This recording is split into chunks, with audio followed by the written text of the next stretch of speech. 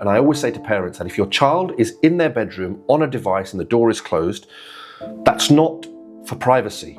That's a signal.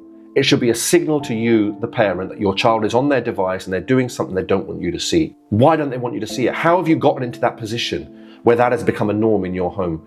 Why are we not having those digital conversations every single day with our child? Why are we not being inquisitive and curious about their world? Why are we not asking them, how was your online world today? Why are we not asking them, did you see anything online today that you didn't like? Why are we not normalizing the conversations about the online world, whether it's pornography, whether it's whatever it might be? Why are we not normalizing those conversations so that when something goes wrong in your child's online world, because something will go wrong, the scale might vary, but something will go wrong, it's you they come to first. And you're not finding out from school or from somebody else. And then you're thinking, gosh, I have no idea how this happened. I didn't even know my child had Snapchat. Why not?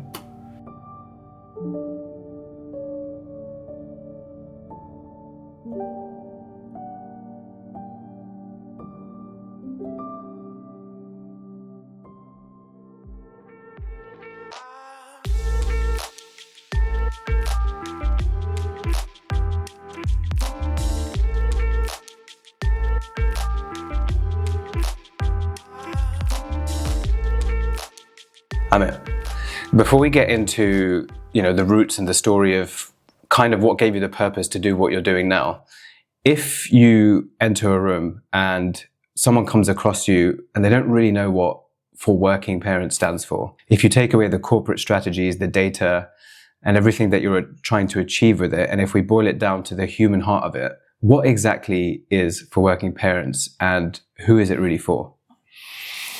God, that's a great question. I think at its root, what I'm trying to do is educate and upskill parents and carers about the harms and dangers that exist online for their children. I think that would be a kind of off the top of my head strapline. It's really about creating a more educated parent body, basically, that is able to make more informed decisions about their children's digital footprint and digital life. It's not about saying you can't do this or you shouldn't do this, or it's not about judgment. It's ultimately about, I've got the education now, I'm informed, I know the harms, I know the dangers. Now I can decide as a more informed parent what I think is appropriate for my child when it comes to their digital presence and their digital connectivity. Hearing that, it sounds, when you hear a lot of stories of people who've started their own business, their own creative endeavor, it's, they identify a pain that they have in their own life and then they build from that. I've identified this gap. If I look at where that first domino fell, was it when you became a parent, or is that domino from far earlier? No, I don't think it is, because my kids are still young. So I don't think it was it stemmed from the work that I did. So I'm a former deputy head teacher in secondary education. So I think it was just seeing the harms, the dangers, and just, when would speak to parents about issues that their children have encountered online, parents just have no idea. They would have absolutely no idea. And then I don't know whether it was speaking to parents in our own community that kind of hit me. I just thought, gosh, you're just so lost. You just have absolutely no idea. For some of them, there was a language barrier. For some of them, they might have been new immigrants to the country, and just had, just think it's a societal norm to sort of give over a phone and just let kids get on with it. Yeah. So I think it wasn't a personal pain, that side of what I do. I think the storytelling side of what I do is very much a personal pain. But the strict kind of business side of what I do is just seeing everybody else's pain, just seeing the huge harms that were being caused to young people because of online issues and online mistakes they were making, and then just seeing parents who had absolutely no idea. And I felt for them. I just felt, because some of the children were getting into real serious harms online, and parents were usually the last ones to find out. And then when you sort of see the look on their faces, they just think, gosh, I had no idea. Yeah. I had no idea that Snapchat could do this, or I had no idea that my child could potentially do what you're saying my child has done. And that, I think, was a pain point for me that perhaps led me subconsciously into the work. Because I didn't leave my job and set this up straight away. There was a lot of kind of working out in my own head what it was that I wanted to do. So subconsciously, that's probably what led me into this. What really excited me about getting into this conversation with you is that for people who've listened to these episodes, a lot of the things that I try and tackle or bring to the surface is how there are cultural influences behind the things that people do, that sometimes, they're the invisible forces that we don't realize, our upbringing had this kind of impact based on our culture. But also I think it's really fascinating that we live in arguably the biggest generational shift in the way people grow up as children, but also the way parenting is done. Because my parents didn't grow up with technology. They got to see it in probably after they had me, so after having kids. So the way that they were raised and the way that they had their childhood is so different to the way that I had my childhood and the way that I will one day hopefully parent, right? And so that's why it's really interesting what you do, because exactly in the work that you do, there's a lot of changes. There's a lot of shifts in what you're trying to tackle, because the previous generation of parents didn't have the same barriers or troubles or digital worries that you're now trying to deal with. So going back to your childhood, what happened in those early years with you that you can see may have had an influence on the way that you go about your work today?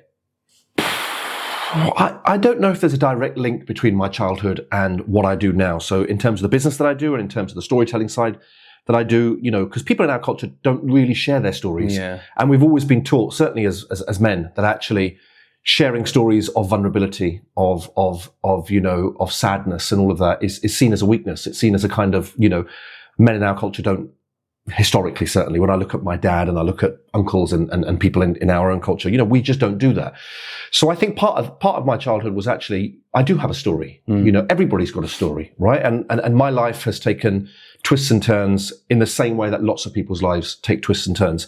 And it's, when I share my story, it's not about my grief is worse than yours or my pain is worse than yours. It's a case of I've got grief, I've got pain, and I feel for whatever reason that I want to share that grief and I want to share that pain, because I think where I've heard people tell their stories, even if I'm listening to an hour's worth of story and just a minute resonates with me, I walk out thinking, gosh, there is somebody else who looks like me, who has the same kind of cultural upbringing as I do, that has been through something painful and is standing there talking about it. And you feel that sense of connection. You feel that sense of you're not alone in this battle. And I think for me, whether it was a childhood thing that's led me to where I am now, I will share my story on any platform that has me, basically, because I just think somebody that looks like me, I'm a turban-wearing Sikh man.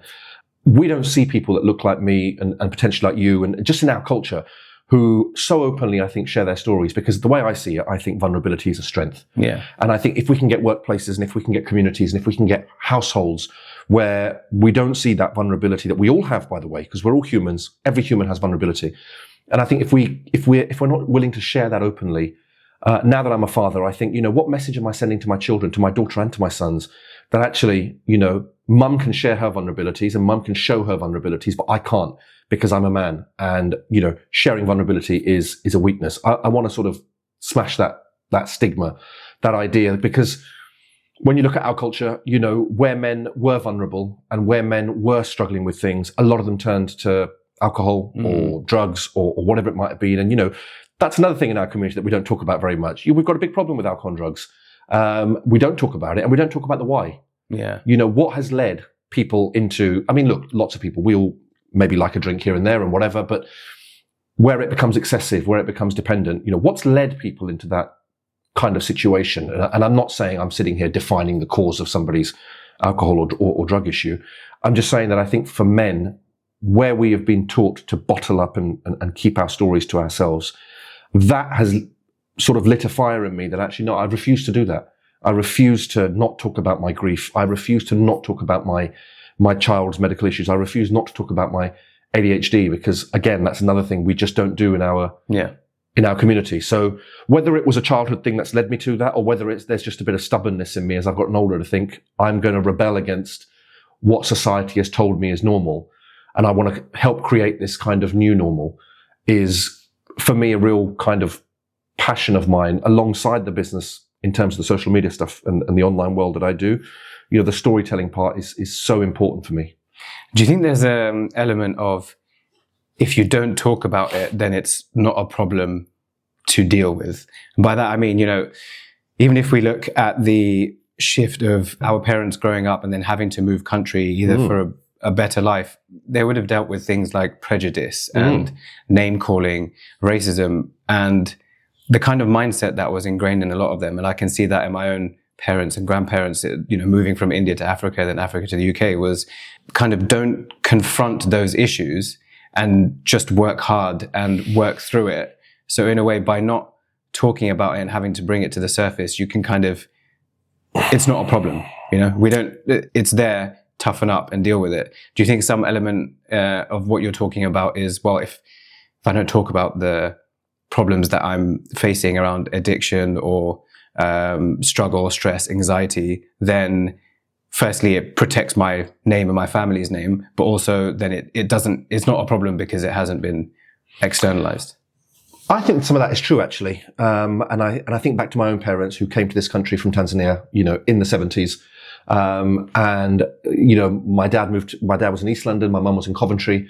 I think they both had stories of, prejudice that they've experienced, both had stories of issues and challenges that they've had to kind of grow up with. And I think a lot of it was, let's keep ourselves to ourselves. We've already got the issue here because we are a different skin color. We, in terms of my grandparents, turban wearing, didn't speak much English. So there's already all these kind of layers to their identity that immediately make them look different and feel different. If we're then adding anxiety and we're then adding stress and we're then adding family issues into that, it just adds on to the layers of problems we're already dealing with. So I think in those days, and my mum was the same, she would always tell me to, stop making a scene, kind of, let's not, we've already got people looking at us metaphorically, some of them literally. But let's not make an additional scene by talking about the problems we've got at home. Because we have problems at home. Who doesn't? Because it also could show a sign of weakness. Yeah, absolutely. And we're already fighting against the idea that we're different. Yeah. My parents have been here since the 70s. It was that case of we're already different. We already look different. We already feel different. We sound different.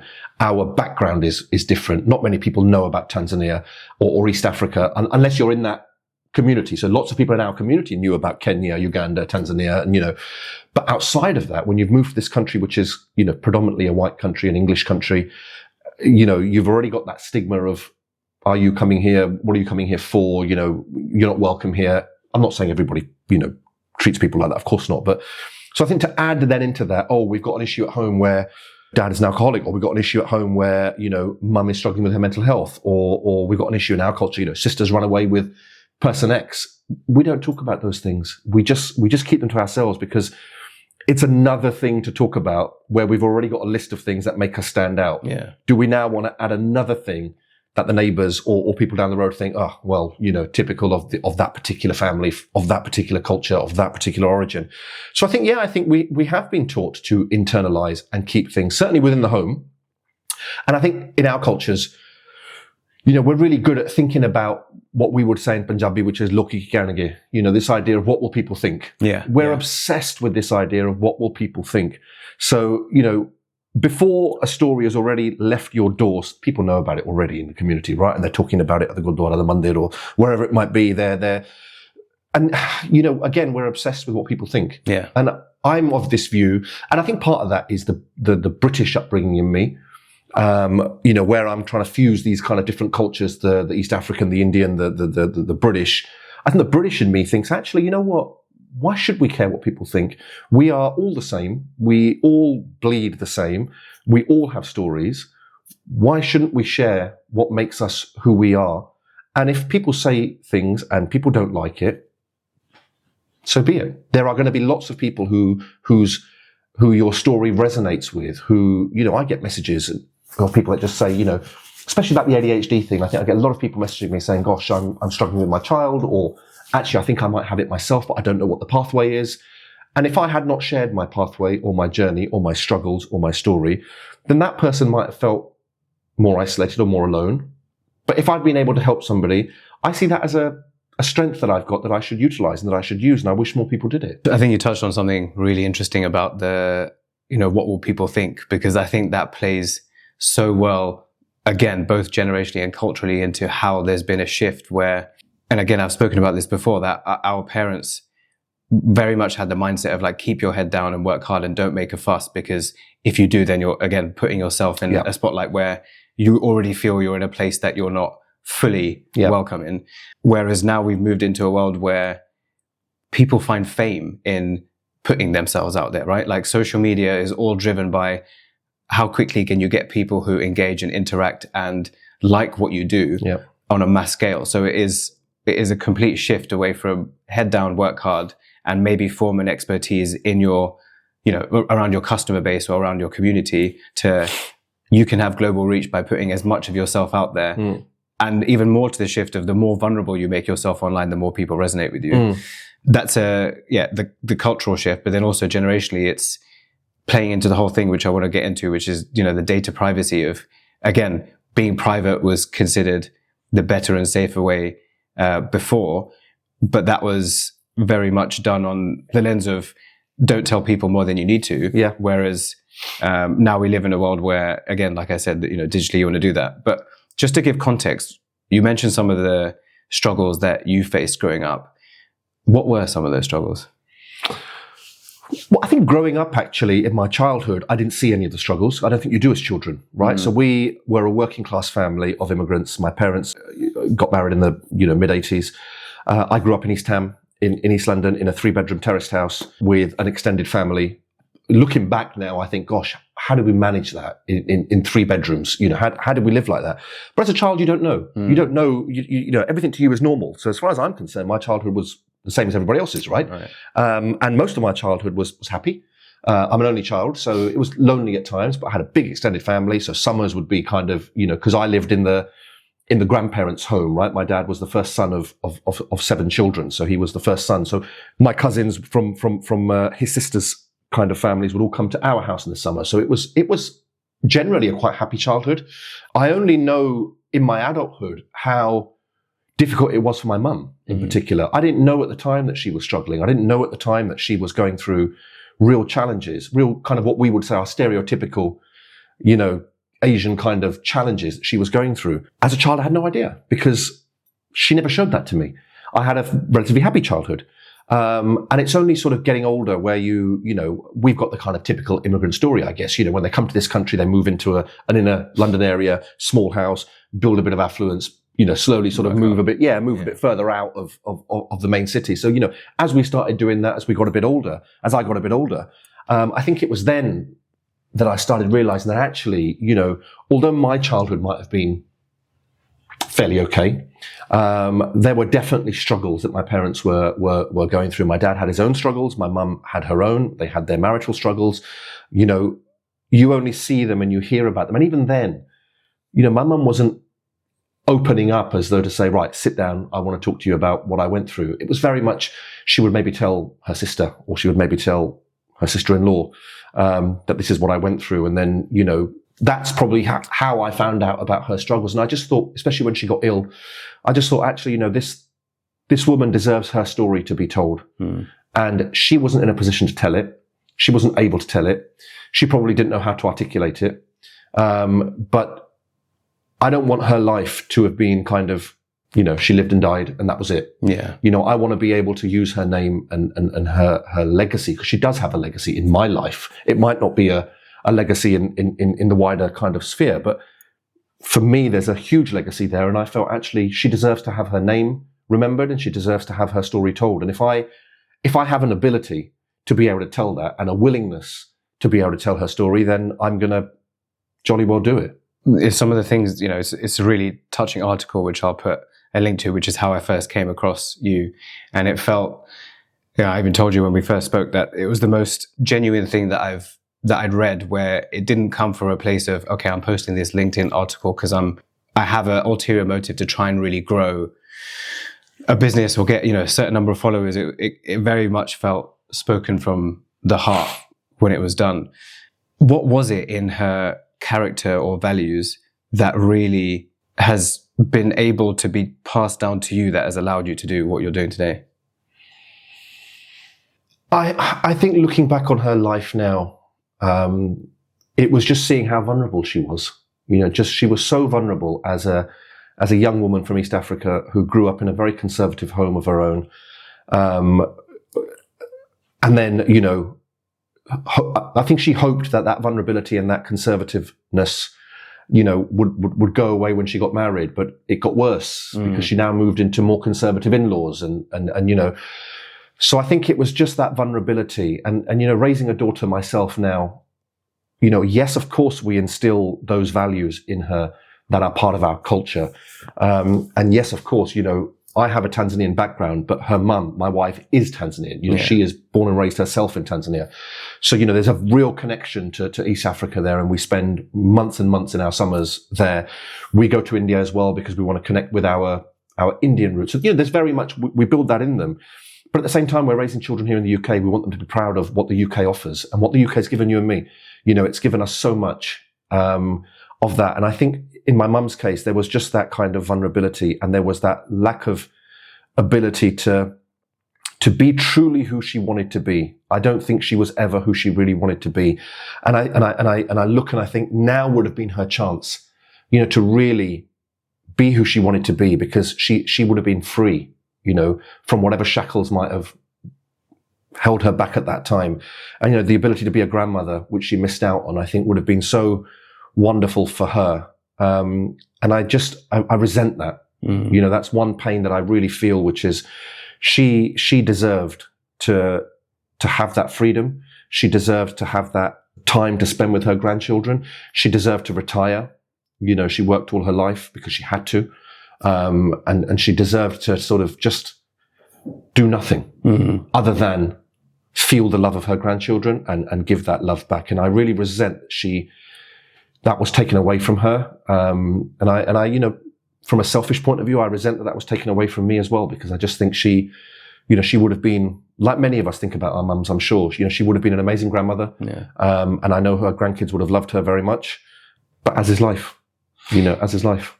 Yeah. And this brings up it just got me thinking about how one common conversation that I've had with so many people that share our background, and it's definitely not just limited to our background. I think very common in immigrant backgrounds, but in a lot of people, they'll be able to relate to this. It's that a lot of the time, our grandparents and parents, especially, they lived for others.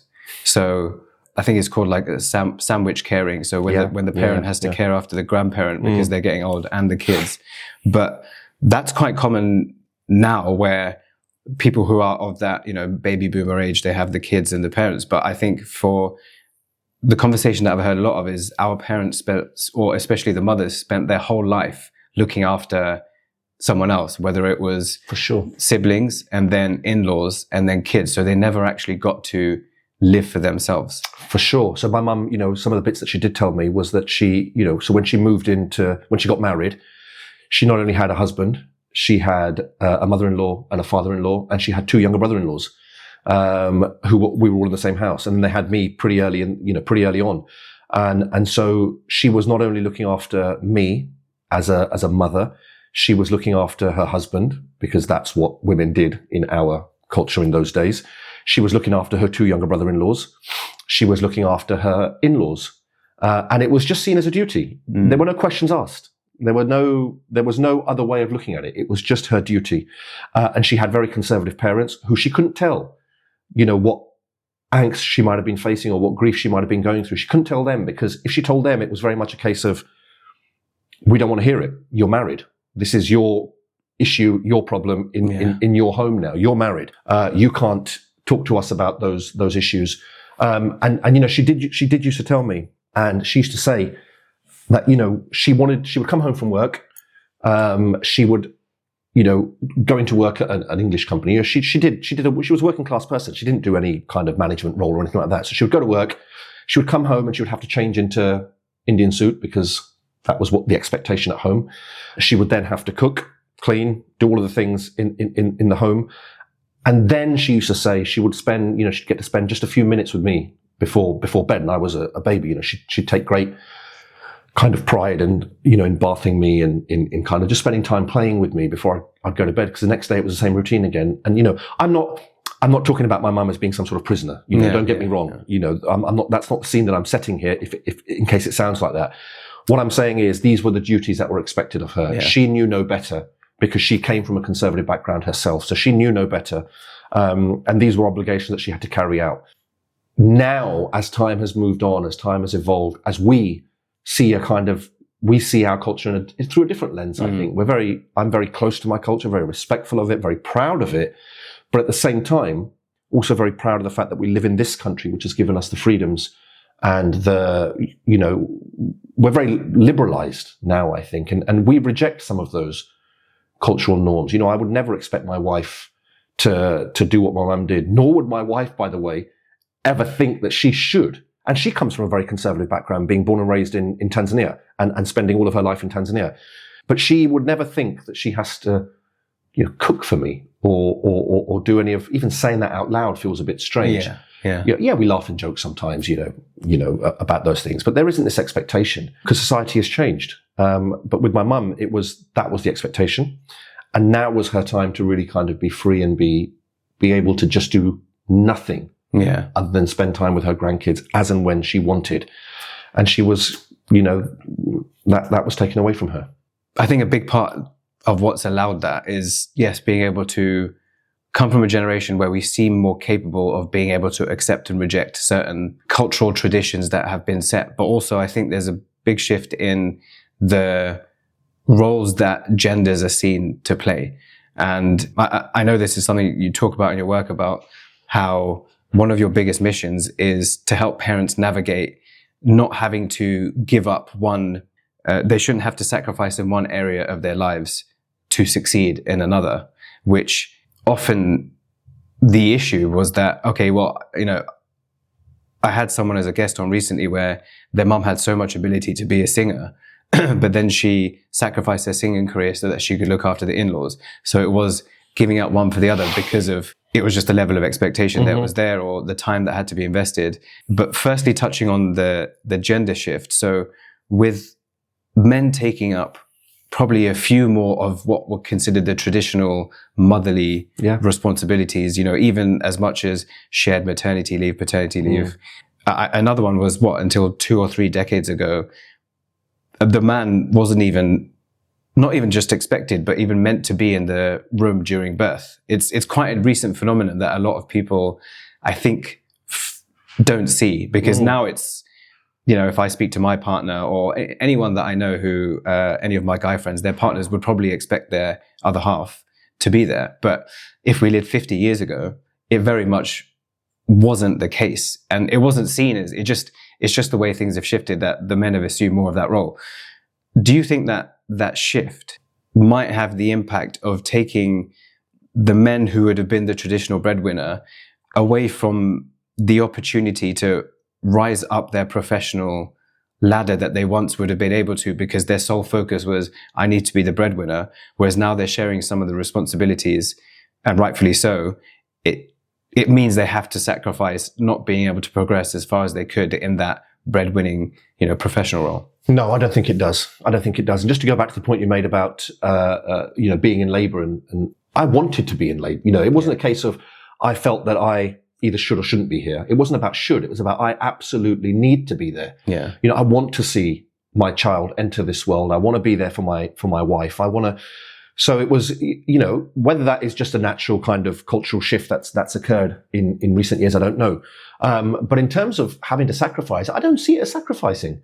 I don't see wanting to spend time with your children as being a sacrifice. In this country now, I think we're given so many sort of, privileges that allow us to be there with our children and to succeed. And don't get me wrong, there's a lot that we don't get, and there's a long way to go, but, at the risk of getting political, we can spend time with our children.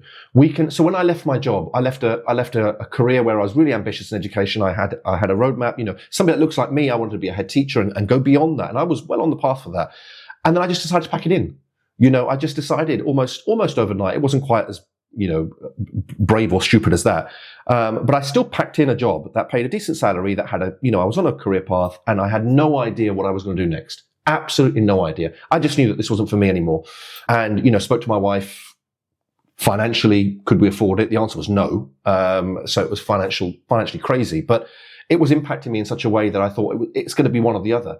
Either it's my well-being and my mental health, or it's struggling financially. And I felt, 20 years ago, that conversation wouldn't have even been a conversation, right? You would not care about your mental health and well-being. You had to earn money. Our parents had no choice but to earn money, especially those that had a number of children. So our grandparents, they had no choice, did they? My grandparents on my dad's side, 7 children, mum's side, 5 children. There was no option, right, to care about mental health well-being. But now we're in a position where we can do that. We can look after ourselves a bit more. And I decided, I'm not a business person. I'm not a natural business person. I know that. We all have strengths and limitations. I know my limitations. And I thought, all right, let me give this business thing a go. And I'm not creating a business that is massively scalable. It's not going to make millions. I'm not creating a product. It's not in tech. My business is me, right? It's me and my brand. I speak publicly about social media harms. I work with corporates, I work with schools, and then I share my story publicly. So that's not really a massively scalable business, right? But I just knew that what I was doing was impacting my mental health negatively. I didn't want to do it anymore. That was it. But it was actually my mum that got me into teaching in the first place, because when I graduated with a degree in politics, what do you do with a degree in politics, right? So she said, you like talking a lot, why don't you become a teacher? So I thought, okay, we'll give it a go. But I realized when I got into teaching that I like leadership more. I really, really like leadership. I like the idea of driving other people to where you want it to be. I like the idea of taking people with you on that journey. So I got into leadership very quickly and saw that as a career path for me. Now I work on my own. There's nobody to drive but myself, which as a person with ADHD, by the way, is really difficult to do. Yeah. So I don't think it's a sacrifice. I think there are so many organizations out there now that actually want you to spend more time with your children, want you to be at nativity plays. I had to ask, and you get really nervous asking your boss, can I come in late today because it's my daughter's whatever it is, or can I go early today because it's parents' evening and the only slot that I got was at 3:15. Now, you want to create a workplace atmosphere where people shouldn't ever have to feel nervous about asking for that. In fact, you should create an atmosphere where you say, when your person starts, as part of their induction, if you ever have something to do with your children, you just do it. You put it in the calendar and you get on with it. We want to create that trusting relationship where I trust that you'll be able to make that time up whenever you can make it up. And I think if there's one good thing that came out of COVID, it's this idea that we actually now prioritize family time, well-being, self-care, children, all of that before work. If a boss phoned you up at 7 p.m. and said, we've got an emergency report, we've got to get together for 9 a.m. tomorrow, you would work all night and do it. Now you might think, actually, you know what? I'm at dinner with my kids. I just can't do it. And I think most bosses now would probably not even make that phone call. Yeah. Because you'd look at alternative ways to do that. So I don't see it as a sacrifice. Although it's easy for me to say. I'm not in a position where I am either, building a scalable business, or I'm in a high profile job where I have to be online. I appreciate there are people out there that live in that world and they do have to make those sacrifices. But I think a lot of us now, we prioritize family time much more than previous generations did. And as far as I see it, that's a positive. Something that I've heard you touch on is the understanding the difference between equality and equity when it comes to in the workplace. Equality is when you give someone the same conditions, right? But equity is when you give someone the equal rights or opportunity to whatever that is. And I think equality does play on fairness, but the equity recognizes different levels of grief. Sure. So back to this understanding of baking in a real understanding of culture in the workplaces, giving someone 3 days off for bereavement for their mother might vary very differently in cultures, because there's a certain level of closeness that some people might have with their family. But then also in some cultures, an auntie could be considered just as important as a mother. Do you see that is being understood, or what do you think workplaces need to do to understand the fact that 3 days off for someone who lost a grandparent might not translate to the same level of grief needed for someone else to have more time? Yeah, and I think what you're saying is exactly what I was writing about, actually, which is this idea that in certain cultures, losing an auntie is equivalent to losing a mother, because you have that closeness, you have that bond, you have that relationship. And a lot of workplaces would say, actually, you're not going to get bereavement leave, but you can get the day of the funeral off. And you just think, gosh, how on earth? I just think, God forbid, any auntie of mine or uncle who we're very close to lost their life. How on earth would I manage to grieve with just the day of the funeral off? Because we have mourning periods, right? In our culture, we have periods where everything shuts down. People are coming and going from the house and paying their respects, and you've got to be present for that. You've got to be part of that. And to think that I have to be at work instead of that is crazy. So I do think actually we've got an obsession with equality, which is important. Of course, equality is important, and we must keep fighting for equality. But we've got to look at equity more, because I don't need the same things that you need. And you don't need the same things that I need. And it's not about, I've heard managers sort of say, actually, if we do it for you, then we've got to do it for everybody. So actually, we can't do that for you. And I just think, gosh, is that the culture that we want to be in? Whereas actually what we should be saying is, okay, this is what you need. It works for you. It's not unfair because it's necessary for you. But for the other person, it might not be about bereavement or about grief but you might need something in another space in your life. So it's about creating a culture where we're not letting people take the mickey, of course, but we're respecting that we have different lives, we have different cultures, we have different expectations, for want of a better word. And I think workplaces that thrive and that will thrive in the future are ones that respect those differences and give their employees what they need ultimately, not a blanket kind of stuff. If we talk about bereavement, it's not a case of close relative, you'll get 3 days and the funeral. Distant relative, it's a day. Because that doesn't work for everybody. And that makes good people leave workplaces. And I think you risk then as a leader losing good talent because we're not willing to be equitable in our policies, or we're scared of being equitable. We're scared that actually if person A loses 3 close people in the space of a year, they're going to have potentially 4, 5, 6 weeks off from work, and the other people might think, hold on a second, you're taking the mick here, aren't you? So there's that fear I think that leaders have, but that culture can be created, from strong leadership, from trust. I genuinely believe in that. So for me, there is a big focus and a big thing about equity. So if we go back to the work that I do in kind of the social media space, if a parent who's an employee, something happens to their child online, something big, that they need to deal with. A, they should never be scared of talking to their manager about it. If they are, there's a workplace issue immediately.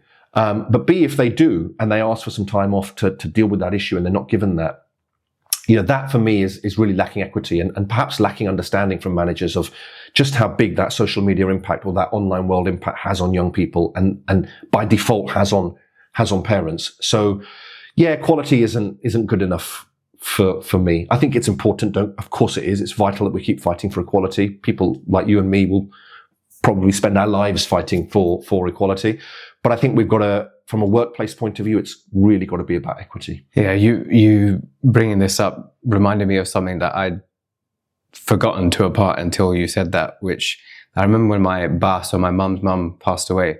And back then I was only a teenager. I used to work in a retail job. I won't give the name of it. And my mum's mum passed away. She used to also work there. So I remember phoning up because my mum was obviously really sad and she had to sort out all the other stuff. And we were both meant to work that day. And I told our boss that, by the way, my mum has passed away. And he's obviously just really sorry to hear. So I was like, she won't be coming in. Okay, that's fine. And then I said, it's my first job. So it's my first job. How do I also ask for time off? But when I eventually said, oh, and can I get that time off? The fact that I was asking it and not even saying it. And he said no.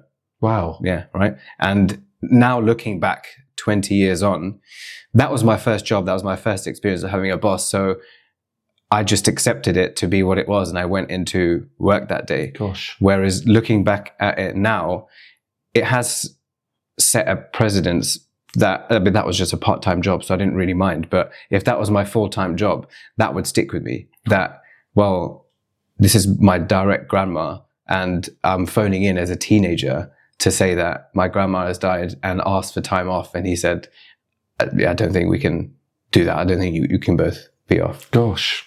I mean, that is, listening to that now is ridiculous, isn't it? Because, you and I both know how important grandparents are. Especially, when you live with them, or when you see them a lot. I mean, I would dread to think that any workplace would say something like that in this day and age. And if they did, one of the powers of social media, I guess, for adults is that, I see a lot of people calling out workplaces on social media, for bad practice. And I think if anything, even if the reason the workplace is doing it is not right, i.e. it's not because they care about you and your loss, It's they care about their reputation. Right.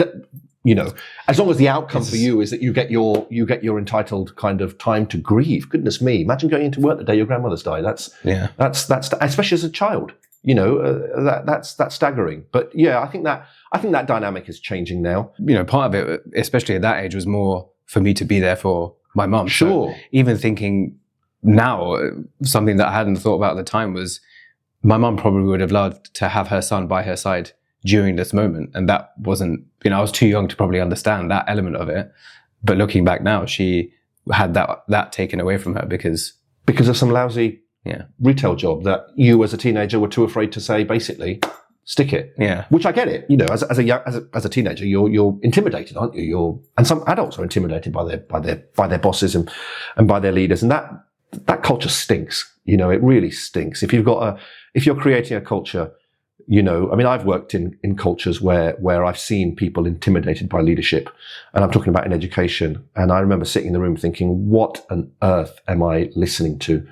What is this that I'm listening to, where actually senior leaders are intimidated by leaders more senior than them? And I just think I would never, ever, if I ever had a business that employed people, or if I ever carried on in educational leadership and led over lots of people, and I did lead over lots of people, but led over lots more at a much higher level, I would never, ever want to create a culture where people are intimidated of me. That gives me just makes me feel horrible.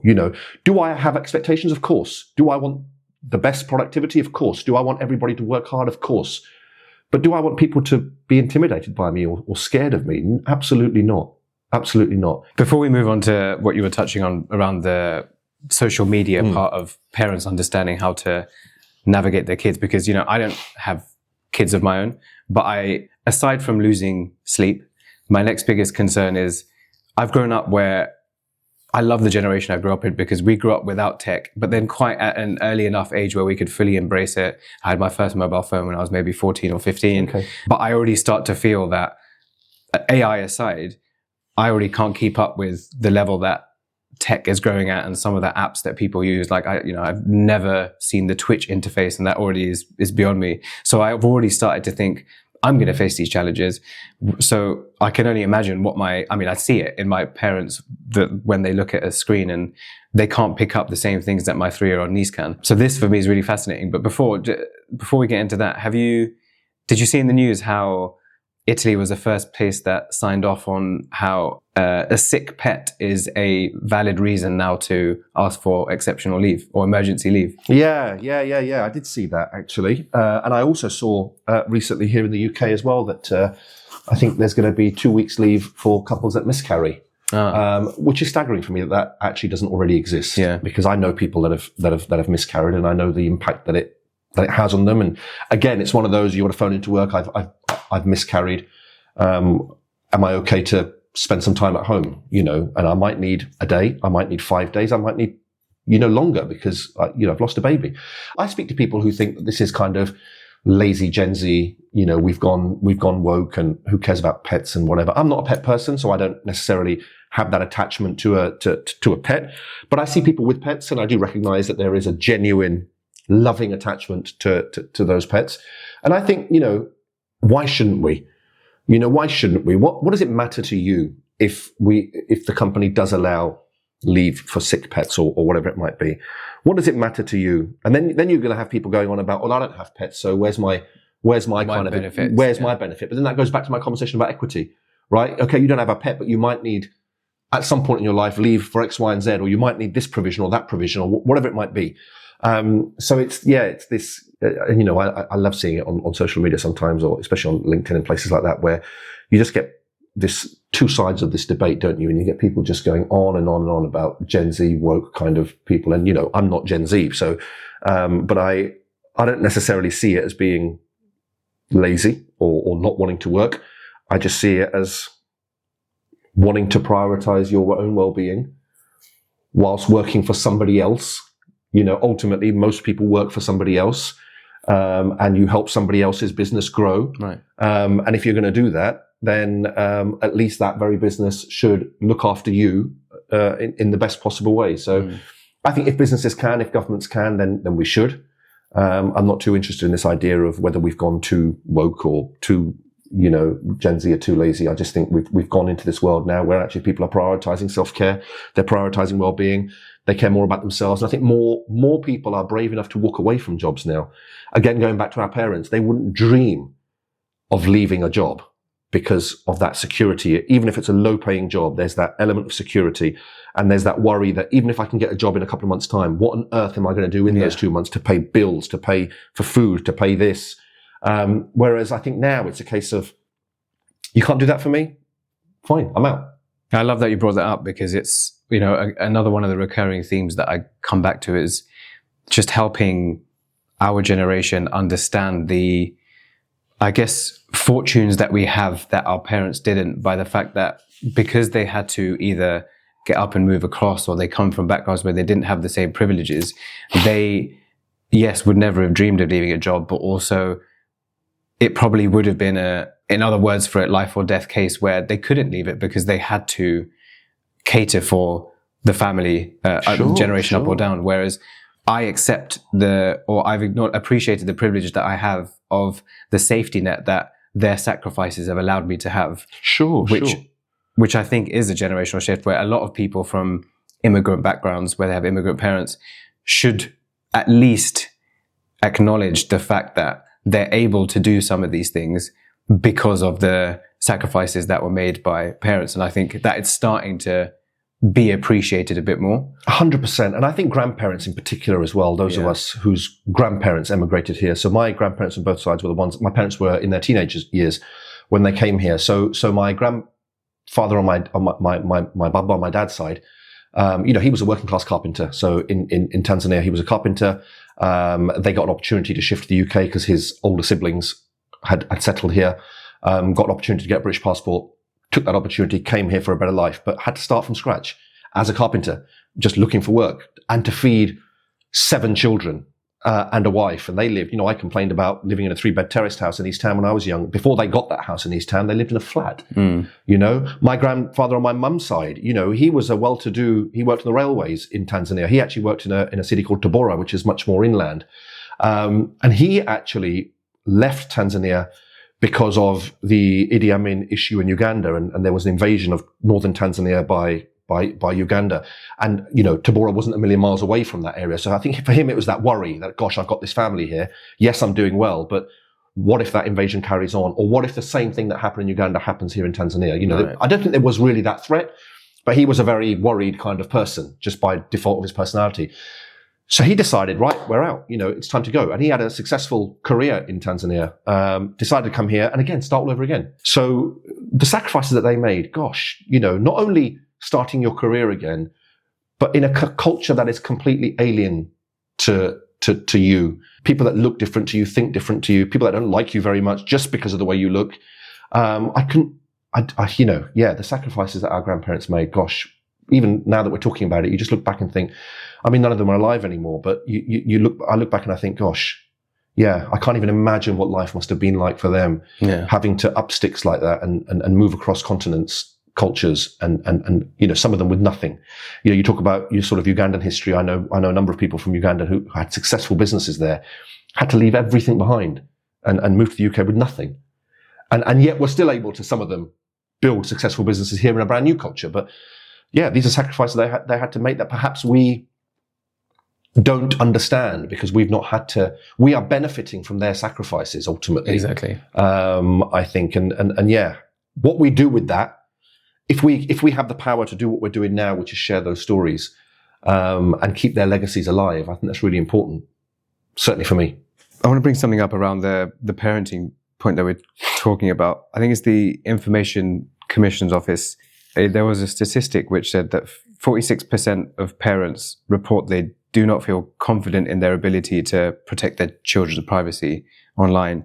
And 44% say they are trying, but they're unsure if they're doing enough. It's a conversation that I've had with my sister.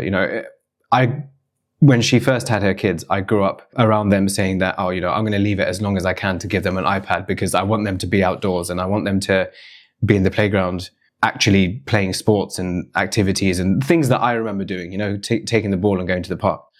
Then she said, it's all well and good saying that, but when they go to school and everyone around them has an iPad or has a new iPhone, are you aware that they're going to come back and there's a chance that they're going to say that all the kids at school call me the one whose parents won't even give them the gadgets, right? Basically, are you okay with them getting bullied because you're the parent who wouldn't give them the things that everyone else has? Then I suddenly thought this is a much bigger talking point of you can't keep them away from technology, but even with it there, I then have the responsibility to, as you call it, be digitally literate enough that can I keep up with knowing what are the struggles or what are the potential concerns that are actually going to be faced when I give them this piece of technology? Yeah, and I think it's much more complex than just because I obviously post all my stuff on a regular basis about digital literacy, digital safeguarding, digital parenting and all of that. And I get a kind of mixed range of comments. I get, the ones that are kind of, yep, we're pushing back. We're no longer giving smartphones. We're no longer giving devices, and that movement is growing. So I think your children, my children, whoever's children, they're not going to be the only ones anymore, because that movement of no smartphones, no kind of digital tools that connect them online, are there. And then you get the other strand of thought, which is, well, how about parents just parent? Which is that you're a kid's parent, don't give them an iPad. End of conversation. And I think that's such a simplistic way of looking at it, because the example you just given of your sister is an example I hear all the time. So it's complex. And the way that I do it, if I'm delivering a session for a corporate or for a school or a college or wherever it is that I'm talking, I sort of, this isn't about judging parents. And I'm really conscious that we don't want to judge parents, because some parents are finding it very difficult. And we are pushing back against $1 billion industry here that is designed to keep our children on their platforms, to engage our children on their platforms. And as we've seen from recent court cases in the US, potentially intentionally harming our children because their sole priority is to keep our children on their platforms. So yes, there's more pushback. And there are lots of people out there doing what I do, by the way, pushing back. But I think, as a parent, I think there is that element of responsibility we have to take on what kind of household we want to run. Now, you can still teach your children about tech. You can still prepare your children for a tech world without them needing to have their own device that connects them to an internet that you can't control. So so my children are young. They're 5, 3, and 1. They have no devices of their own, nor will they get any devices of their own, as far as I'm concerned, for a long, long time. We already have had a conversation with our soon-to-be 6-year-old about when she can get her first phone, because she sees friends and whatever, and we've made it very clear as to why that's not going to happen and what the reasons are. And I also think, as parents, don't get me wrong, we're parents of 3 children, right? We don't really go out for dinners anymore to restaurants, because we don't have devices that are there to just plonk in front of them to distract them, where I see many other families that do that. That's a parental choice that they've made. But when I look over the sort of shoulder and I see children swiping at games, and that kind of addiction element is bringing in, that's what I want to, shield my children from. I'm okay with not going out for dinners and sort of having a few years of just being immersed in the children. I do hear parents say to me, the iPad is a distraction. It allows me to cook, or I'm working from home and I've got to work from home and I need something for my child to do. So I get it. I get why parents do it. But the flip side of that is actually, that is a false societal construct that social media companies and edtech companies have created, that, your child needs to have an iPad, because without one, they're going to be social outcasts, or without one, they're going to fall behind on tech, and they're not going to be ready for this tech world. None of that is true. None of that is true. And so it's, how do we reframe this narrative? How do we fight against this $1 billion industry that wants our children on their platforms, that doesn't stop harm being caused to our children? I mean, I can give you case study after case study of harms that have been caused to children. And a lot of us parents, we always think it can never happen to our child. Yeah. Until it does happen to our child, because every parent thinks that way. And yet the cases of grooming, the cases of sextortion, the cases of cyberbullying when I was working in schools was just horrendous. So would you rather your child be an outcast and be kind of the whole FOMO thing and all of that? Or would you rather them be on these groups and, risk being bullied and not talk to you about it because you haven't built that relationship? So my job is therefore educate, upskill parents. Not to say don't give devices. I mean, that is my view. That's my personal opinion.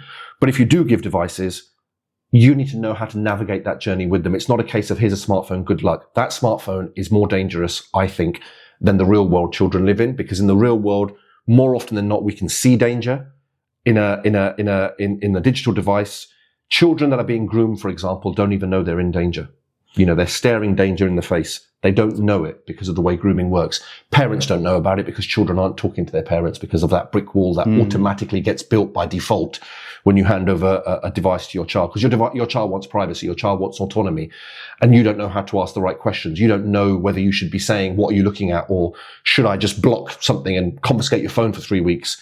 When actually it should be daily conversations we're having about the online world. So it is so much more complex than just saying, I'm either giving my child a phone or I'm not. And if I'm not giving it, there's all these risks and whatever. It's such a complex world, but we've got to see it holistically and we've got to see it societally, which is why I think it needs all of the key stakeholders to be involved. I think the government does need to legislate. I think schools and colleges do need to do more on this. I think parents do need to take more responsibility on this. I think people like me do need to do more of this educational piece. I think employers do need to support their working parents more. I love something that you brought up around some of the dangers of seeing it online, because I think there's been this huge philosophical shift in the perception of risk and failure. And by that I mean, if you go back to the 50s, 70s, or probably, even the 90s, which I grew up in, you were allowed to go outside with a ball, like I said, walk down the street to the park to your neighbors who lived down the road, and you were expected back when the street lights came on. And part of that is, yes, there has been a shift in, there's a bit more crime that we've become aware of to watch out for, but also another part of it, that this roaming radius, which is ultimately the radius in which you allow your kid to roam around in, apparently is shrunk by around 90% in urban areas, right? Yeah. You're kept within a certain distance. Yeah. But what that's taken away is some of the risk assessment and ability to, spatial awareness. And for example, you go with your neighbor to the park and then the ball gets stuck in the tree, and then you climb the tree and you're stuck in the tree and you have to figure out your way down, right? That is one basic example of something that, if you apply that in many situations, that's being taken away from kids because they don't have that anymore. Yes, they learn through apps and games of like how to become spatially aware and be quick to tap a screen, but it takes away that streetwise awareness of, like I said, okay, the ball's going over the fence. I need to navigate my way to get that ball back. Might be jumping over a fence, things that you did that were playful as a kid. And I think we've shifted away from that free range independence, i.e. where you're like a free range chicken, you're allowed to roam around, to what I see is more like extreme safetyism, where everything is about how can I keep my kid physically safe, because that's the world I know. And then obviously the component of digital safety is a whole other one that's still trying to be figured out. I think that's true as well, actually, because we are much more aware of physical dangers. Whether we are overly conscious of them or whether those dangers have gotten worse, I don't know. I don't have the data to hand to know that. But you're right. Yeah, my childhood was spent walking up and down the street, playing with neighbours, going to the park with neighbours and things like that. Would I allow my daughter to do that? Probably not. But again, that's that kind of, societal kind of view that, just her out of my sight is a bit of a kind of panic thing. But that doesn't mean that lost element, if it is indeed lost, has to be replaced by the digital element. Because what parents don't realize, what people don't realize, and what the data shows overwhelmingly is that the digital world isn't safe for our children. And actually, it's probably less safe than the physical world, because of the grooming, because of the cyberbullying, because of the sextortion, because of the county lines recruitment, because of the, gangs, everything. A lot of it now happens online. I've seen it. I work in that space. And so the other really important thing I think is, parents say, okay, I'm going to give my child a device because it stops them getting bored and stops them hassling me and I can work and I can do what I want, whatever. Children need to be bored. Yeah. Boredom breeds creativity. Yeah. Right? I spent most of my childhood bored. I was an only child, right? And I'm very conscious not to compare generations. So I hope that's the first time I've done it in this conversation. I don't do that publicly. But what I do say is that boredom breeds creativity. So if your child is bored, let them be bored. Let them figure out in their own mind what it is they're going to do to get out of that boredom within the confines of your home, your garden, or whatever it might be. Is it they're going to get some building blocks, depending on their age, and put something together? Is it they're going to draw? Is it they're going to create characters in their head? Whatever it might be, we shouldn't be afraid of our children being bored. And I would rather have children that are bored than children that are addicted to games or addicted to things on TV that are ultimately of no use to our children. So I think about young children watching cartoons and whatever. We all grew up watching cartoons, nothing wrong with certain cartoons. But now, like you said earlier, you know, people on YouTube and things like that are creating content just to get viral and become famous as a result of it. Some of that content is absolute garbage. And you only know that if you actually sit with your child and watch some of it and you think, gosh, what value is this adding to my child's development? What value is this adding to my child's understanding? If it's none, then stop them watching it.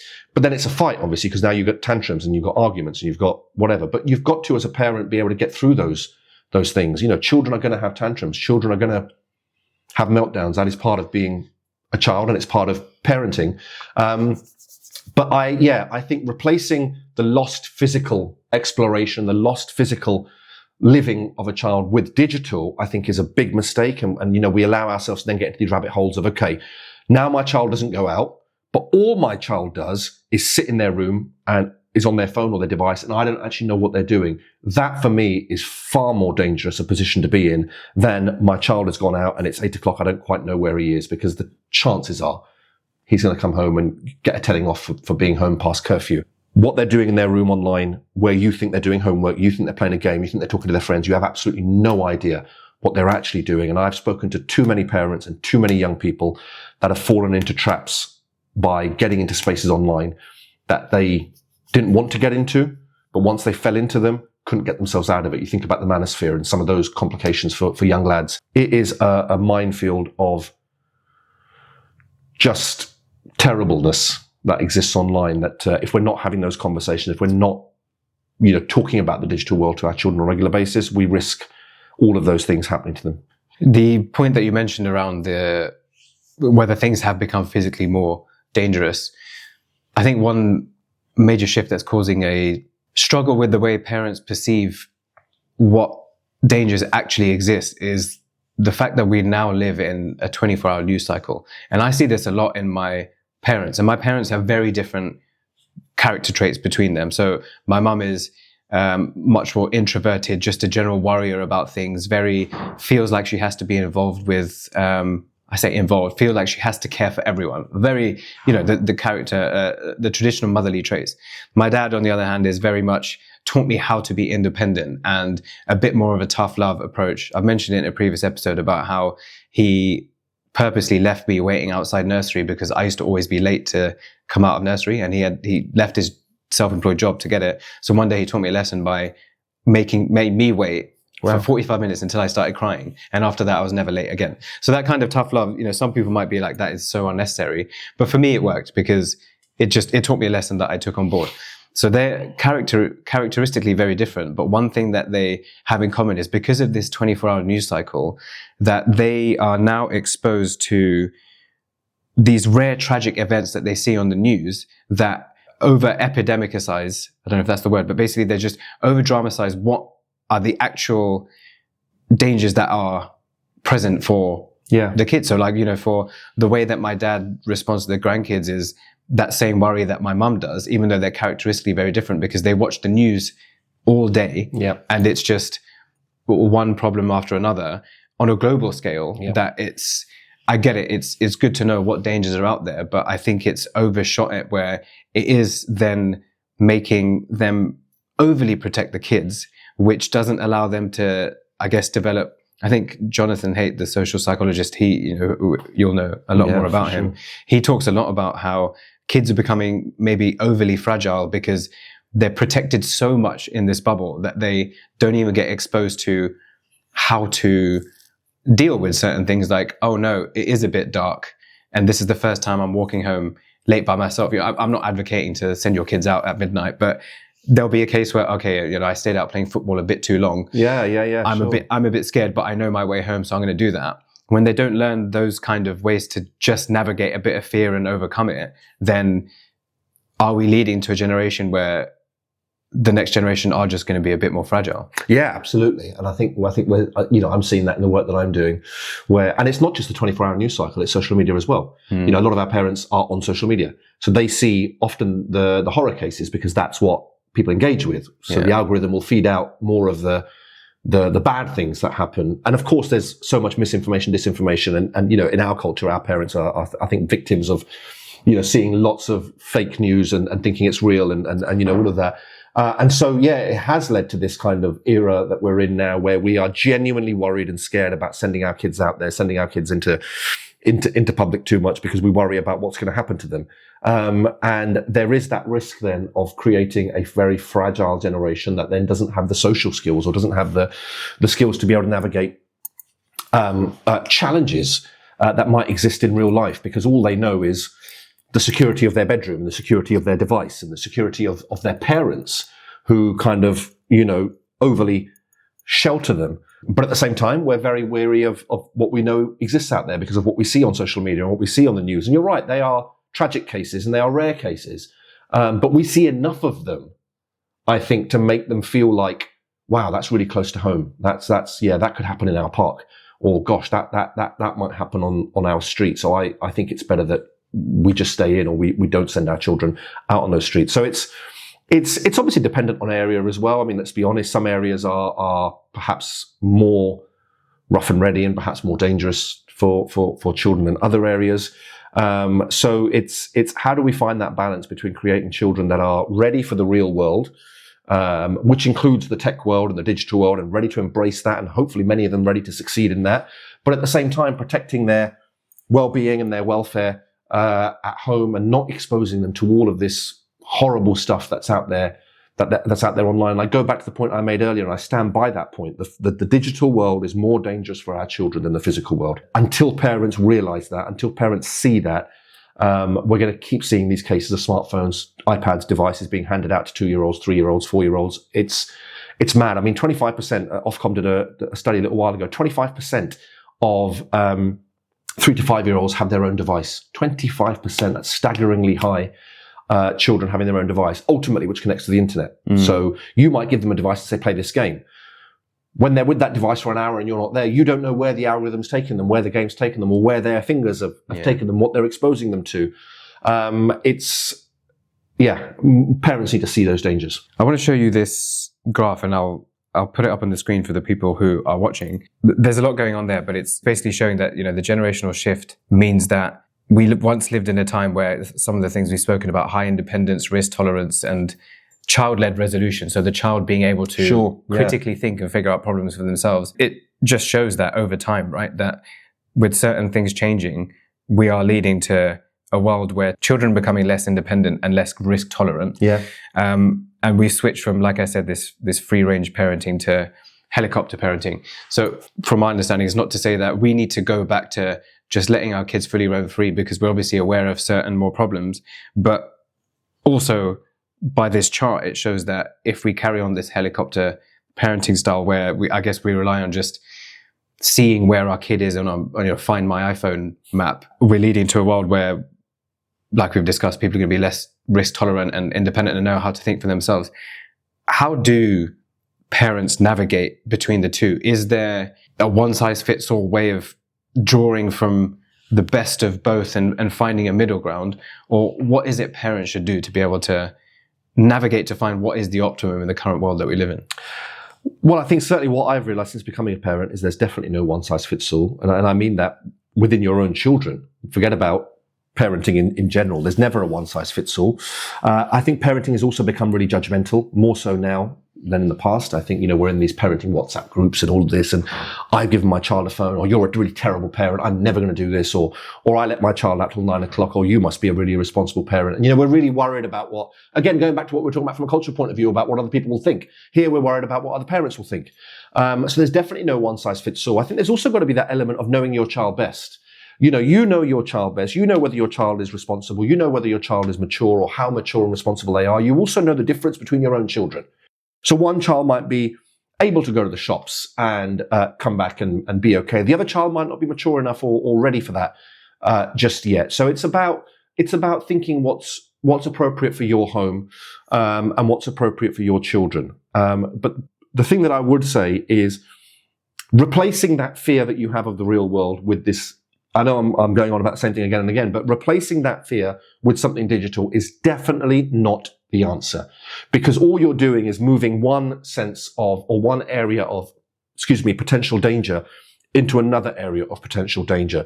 The difference is that area, the physical area, you can generally see. So even if you send your kid to the shop, you might sort of, stand out on the road and watch them go to the shop and watch them come back. So you're sort of starting to teach them that independence, but, keeping the stabilizers on. The phone, you don't see any of that. You don't see any of it, especially if they're in their room. And I always say to parents that if your child is in their bedroom on a device and the door is closed, that's not for privacy. That's a signal. It should be a signal to you, the parent, that your child is on their device and they're doing something they don't want you to see. Even if it's, harmless, they don't want you to see it. Why not? Why don't they want you to see it? How have you gotten into that position where that has become a norm in your home? Why are we not having those digital conversations every single day with our child? Why are we not being inquisitive and curious about their world? Why are we not asking them, how was your online world today?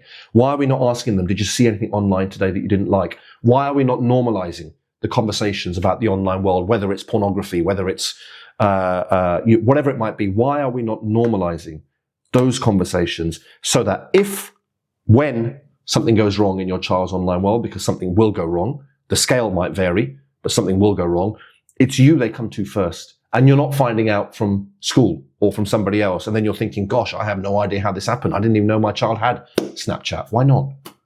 So it's having those conversations regularly. It's being informed that if your child is trying to download an app, you have, Google Link or Bark or whatever Custodio installed on your phone. It's highlighting they're trying to download that app. And rather than just saying a flat no, you're actually saying, okay, tell me about this app. I've never heard of it. Tell me about it. What does it do? Let's talk about it. Let's research it together. And then, let's decide whether we think it's appropriate. And that's not compromising, because your answer might be no. It might be no the minute you see it, and it might be no after the research. But at least you're giving your child reasons as to why that no is a no. Because if you say no straight away, you're putting another brick in that brick wall, because you're showing your child that you're not interested in their online presence. You don't care, and you don't know about it. You're just going to say no to everything. So they're going to find ways to be more secretive. Whereas if you say, okay, you're trying to download this app. I've never heard of it before. Let's look at it together. The research. Look, this says, children might encounter harmful content, or I'm not sure. Let's pause this for now. It's a no from me for now, but we can revisit it in a few months' time. You're building that kind of level of understanding. You're building that relationship with your child about the online world that I think they are more likely to, the research shows, more likely to accept a no when they understand why that no is a no, rather than when we were kids. When you pay the bills, you can start contributing decisions. Until then, shut your mouth, or it's my house, it's my roof, my rules. My rules. That was what we got and we just accepted it. We can still parent like that if we want. But if your child is online, then they're going to find a forum which says that that's terrible parenting, and they're going to think, yeah, my parents are really bad because they said this, and actually, let's look at this. And then you end up getting lured into spaces that you don't know how you got there. Suddenly you're there. You shouldn't be there, but you can't get away from it, such as the addictive nature of it.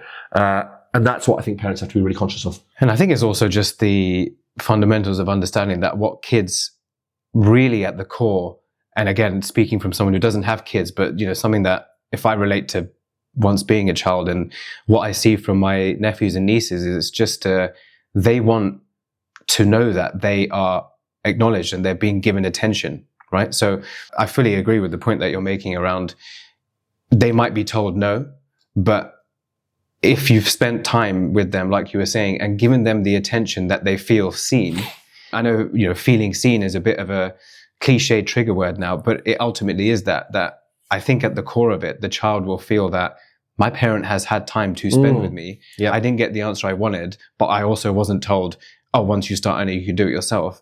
And I think, again, broadly speaking, that will always override the fact that if you've just given them the device, then sure, it might fuel their dopamine and keep them active, but then you haven't got a relationship with that child because you've given that relationship over to the device. Correct. So I think it's taking away from the fear of, oh, well, if I say no to my child, then they're not going to like me. But ultimately, if they feel that my parent understands me, yes, they might not like you in the moment because you've said no. But just the fact that they feel like, wow, I have a relationship with my parent, surely has a long-term benefit. Agreed. And that is what I talk about until the cows come home. That's what I post about. That's what and the irony is not lost on me, by the way. All my work is on social media, and here I am talking about how terrible it is for children. And I do believe it is not suitable for children. But I think it's capable of great things for us. I mean, the fact that you and I are sitting here talking to each other is because of social media, right? And the fact that you're putting this out is going to be on social media, right? So there's lots of powers and benefits to social media. I just don't think children need to be on it. Yeah. And one thing I want to finish on is, I say so topical, it's been around for a bit, but adolescence. So I guess most people have heard of it. It did incredibly well. And one of the things that people who know you may know you for is the piece that you did on the emojis. And one of the things you said was that many parents are completely out of touch with how their children actually communicate. Today's teens live in a world where emojis are a secret language. Separating myself from my generation, where I grew up before that was even a word, to seeing that as being a word, I know that my kids will grow up where they won't know that there was a world before communicating in this way existed. And obviously, the series did, whatever people think of it, a great job at least bringing that to the surface, that there's so much more underlying a red icon, for example, than people know. What at the core of it is the one message that you think parents need to understand about this point, if you were trying to drill home one thing that they need to really understand about what this was demonstrating? The reason I put that periodic table together was because adolescence highlighted the way young people were using emojis, and in that program's case, to enter the manosphere. And then obviously more recently, we've had Louis Theroux's documentary Inside the Manosphere, which again, lots of people sort of watched. And the purpose isn't to know every single emoji. I don't expect parents to know every single emoji. I don't know every single emoji. I don't expect parents to know every single app, because apps come and go, emojis come and go. The thing I was trying to point out with that periodic table, and with the periodic table of apps that I did after that, and everything that every graphic that I create, is not to be an expert on everything, but it's to understand that if you see things on your child's phone that you don't recognize, it's to be inquisitive and curious about it. So if you see a load of emojis on one of their chats all next to each other, it's not to know what every emoji means, but it's to recognize that those emojis might mean an entire sentence to your child, and you don't know who that child is communicating with. So it's used a lot in the manosphere. It's used a lot in the sort of drug sort of buying and selling. It's used a lot in lots of different kind of spaces. And so it's about being curious, and it's about not just laughing off a load of emojis or acronyms that children use, or apps. You might look at your child's phone and see, 30 apps, and you've only heard of 5 of them. So when I do my training, when I do work at corporates and work with parents, I show both of those periodic tables. I show the emojis one and I show the apps one, even though they're now out of date. The point is not to say, what do these emojis mean? The point is, how many of these do you recognize? Yeah. And most parents, very honestly, especially the apps one, they sort of say, yeah, there's 60 apps on there, by the way. They say, yeah, maybe 5 or 6. And you think, gosh, okay, fine.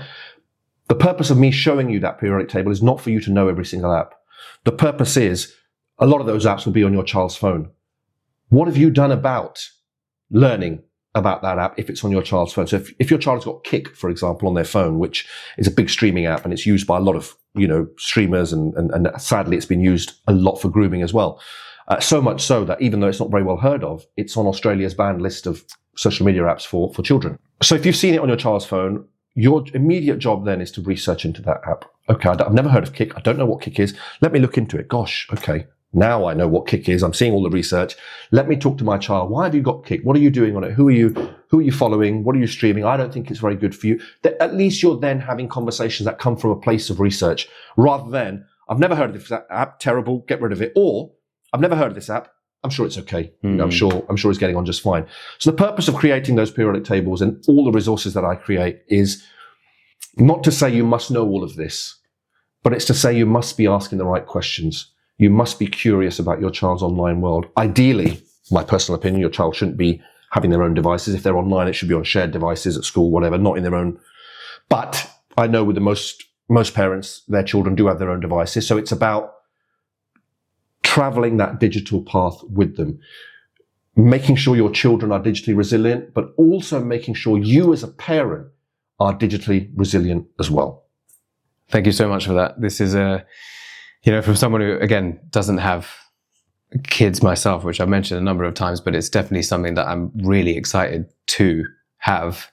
I think it's almost the biggest fortune to be able to have come across you, because only once I started looking into your work do I realize the scope of what there is that I will need to pay attention to. But even, I look at my nephews and nieces and people that I'm really close to. Yes, I don't have the final ownership control over what they do, and I'm never going to tell my cousins and my sister how to raise their kids. But I just think, giving them access to everything that you've spoken about, and hopefully people that are listening see what value there is in it, it's very clear that what you're doing can make such a difference for not even just how kids are being raised right now, but ultimately defining what the next generations are going to look like. So even though you call it you doing your small little bit just as you, I think just the proliferation of the knowledge and education you're putting out there is impacting the next generation as a whole. I hope so, and thank you. I appreciate that. I hope it's making a difference, and I hope I continue working with as many organisations, schools, colleges, communities, places of worship, because I think these messages need to be heard by parents, whatever stage of life they're at. So thank you. It's been a pleasure. And just to finish, we usually do a fast five. Okay. And this can be a sentence or a word. Okay. But just whatever rolls off your mind. And just so people know, he has no idea what these questions are. They're not overly complicated, but it'll be interesting to get just that final bit of insight into a bit more about the influences around you and the way you think. So sure. Question number 1, what is the best parenting advice that you have been given? I think probably somebody once told me to do what you feel is best for your children without worrying about background noise, but just make sure what you're doing comes from the right place. And what is the worst piece of parenting advice that you'd ever heard? Give your 2-year-old an iPad to shut them up. Maybe. Yeah, I mean, I think people know why that would be. And number 3, what is the absolute biggest mistake that you think parents are making when it comes to really trying to navigate this idea of digital safety? By not traveling that digital path with their children, by not educating and upskilling themselves, and recognizing just how big the world that you're exposing your children, big and harmful, the world that you're exposing your children to is. And if you're not going to be educated and upskilled about it, you're not going to be able to support them in dealing with those harms, or better, keep them away from those harms. Which is exactly why the work that you're doing is so important. So for people who are nodding along to that, the link to the website and how to see everything that you're doing will be in the description. Thank you. Number 4, if there's one, let's say, I'll keep it broad, policy, rule, law that you could influence or change, what would that change be? I would 100% ban social media companies from accessing our children. And I phrase it that way because we talk about a social media ban, and we talk about punishing children, and we talk about isolating children. But I see it as the other way around.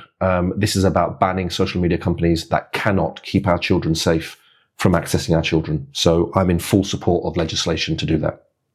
And finally, if you could leave one message on a scroll, on a text message, not on a DM, for your daughter to read. And sons. And sons. Yeah, that's yeah. And they would at least live by this one message. Read it every year and just live by that one message. What would it say?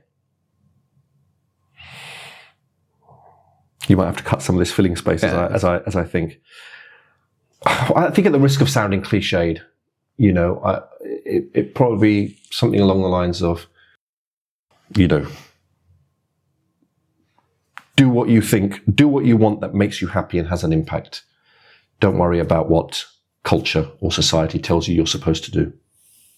Something along those lines, I think. And I just think about my mum, I think about me, I think about my children, and what I want them to be able to achieve in life. I want them to be able to achieve what they want. And I don't want them to feel that cultural, societal pressure that perhaps we've felt, and certainly generations before us have felt. Thank you, Amit. Pleasure. Thank you for having me. This has been Roots to Roots, and it's been a pleasure to have you on.